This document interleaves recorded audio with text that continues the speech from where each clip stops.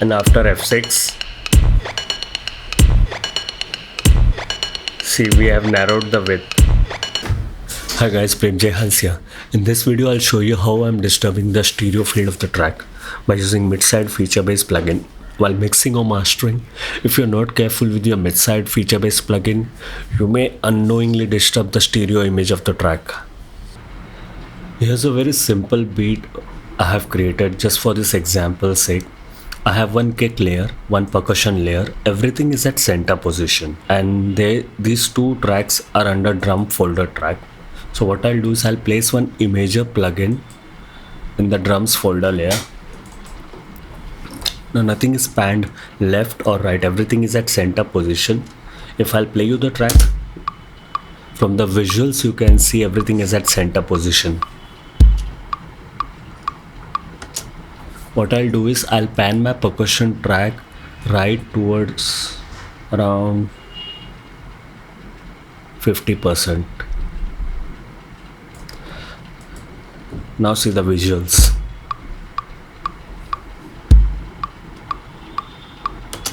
Now the length of the rays shows us the amplitude, while the angle of the rays shows us the width, the positioning in the stereo field.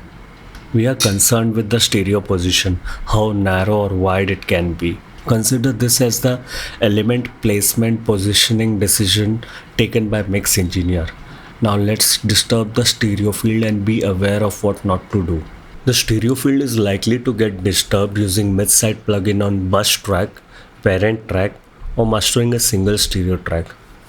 Now the output of these two, kick and percussion track, is coming out through drums folder track. This is the parent track, and on this track I'll do mid-side processing and I'll affect the width. I'll insert Waves F6 plugin. It's a dynamic equalizer with mid-side feature. Okay, and I'll place it right above the ozone imager plugin. So whatever changes we are making on this plugin Waves F6, I can see visually on this imager plugin. And both of these two plugins are on drums parent track. Now guys, what I'll do is I'm not being mindful. I'm just focusing on tone and color and will make some casual moves. Let's nail the mids and enhance the body of percussion instrument. This is what my mindset is. So I'll play the loop.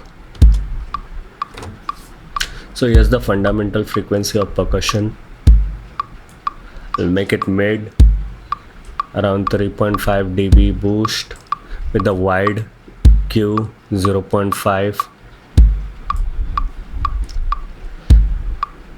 See how the body has come up. Now I'll choose band 6. I'll give a high shelf boost and bring the air and gain around 4 dB.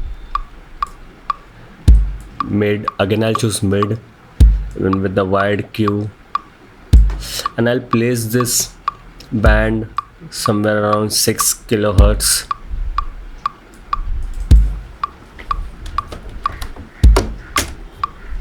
We'll bypass and unbypass to see the change that has come.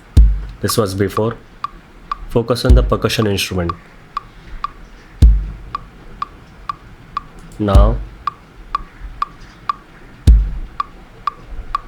it got more snappier. Now we'll see the ozone imager plugin. We'll see what wrong we have done to the width. I'll open ozone imager plugin and I'll bypass the Waves F6 equalizer. This, focus on this imager plugin tool. This was before the placement and the position of elements. See the angle of the rays. This is the ray of that percussion instrument. It was this wide, and what we have done, see, we have narrowed the width.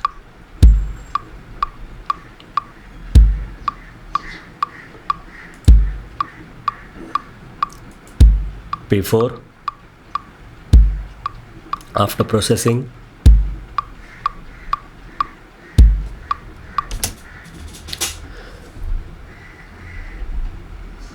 see, just to color the sound, I have compromised the instrument placement. decision taken by mix engineer in the stereo field. Just two layers, kick and one percussion track, and we have messed up with the width of the track.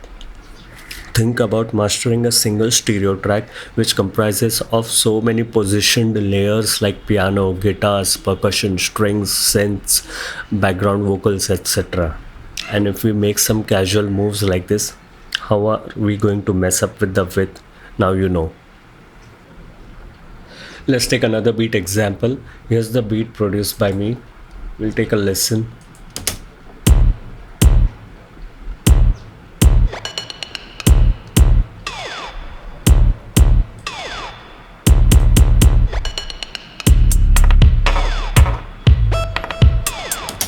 See here, there is band information in this section.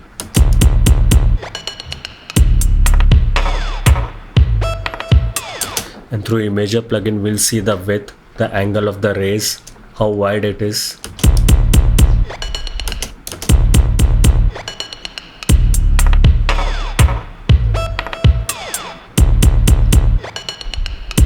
See, it is this wide. Now we'll do the same casual moves what we've done before through F6. Now I'll insert this Waves F6 plugin. And we'll try to enhance the body of that rotating sound. I'll choose band 4 and I'll figure out that where that rotating sound lies in the spectrum, somewhere here. Right here. Okay, I'll adjust the gain, adjust the Q, how wide it should be, make it mid.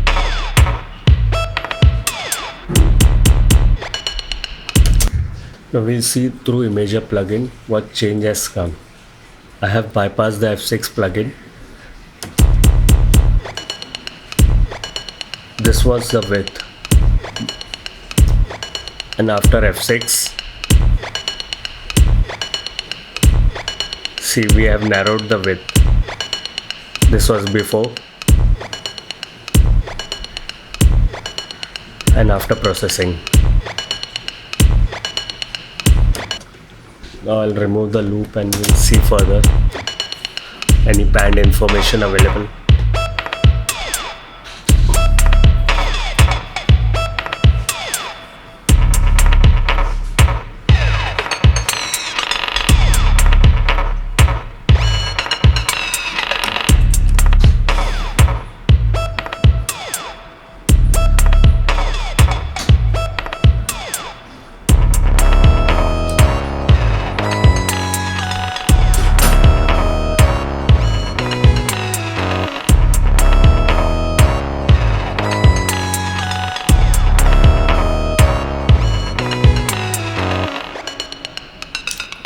See, towards the end there is a lot of band information. We'll loop that section.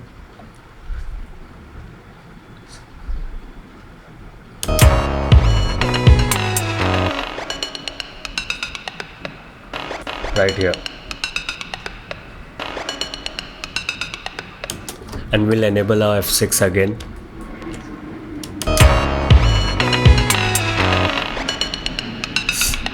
See, the width got changed. Without, it was this wide, and with F6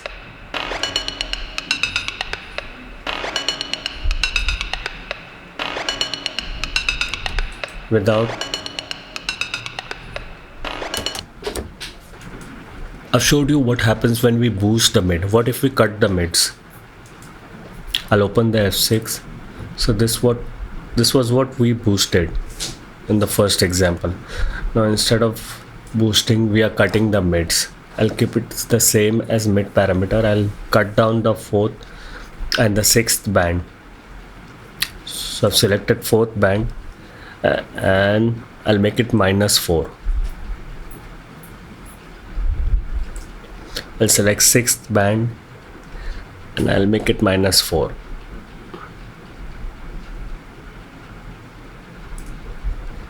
Okay, so after cutting the mids, we'll see in the Imager plugin what change has come. So here what it was before. Check the angle of the raise of percussion track.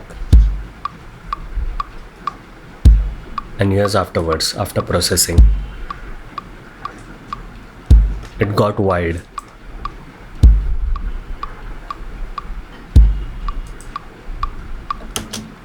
Notice one thing. Though it got wide, but there is a tonal difference. It got dim bit.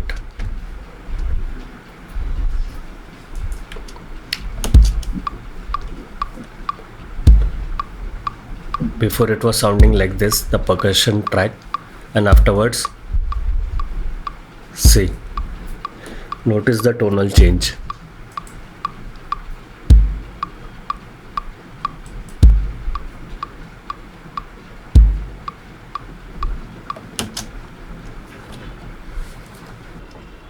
As now we'll see what if we overboost the sides, make it over wide.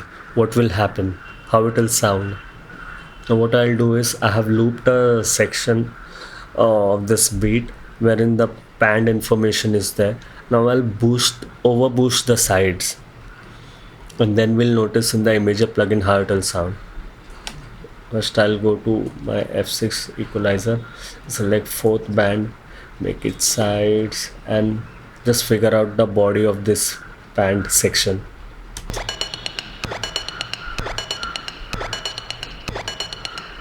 Somewhere here.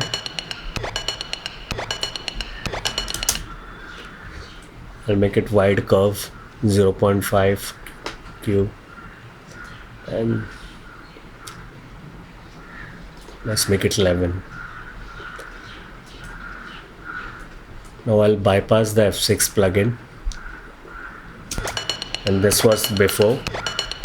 Check the angle of the raise, check the side information, and now after processing, after overboosting the sides,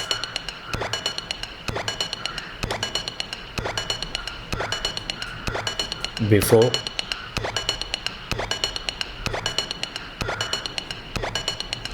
because what has happened is it's sounding quite disconnected from the center information, and it is separated from the mids. So we have to be very careful, we have to be mindful when boosting or cutting mids or sides.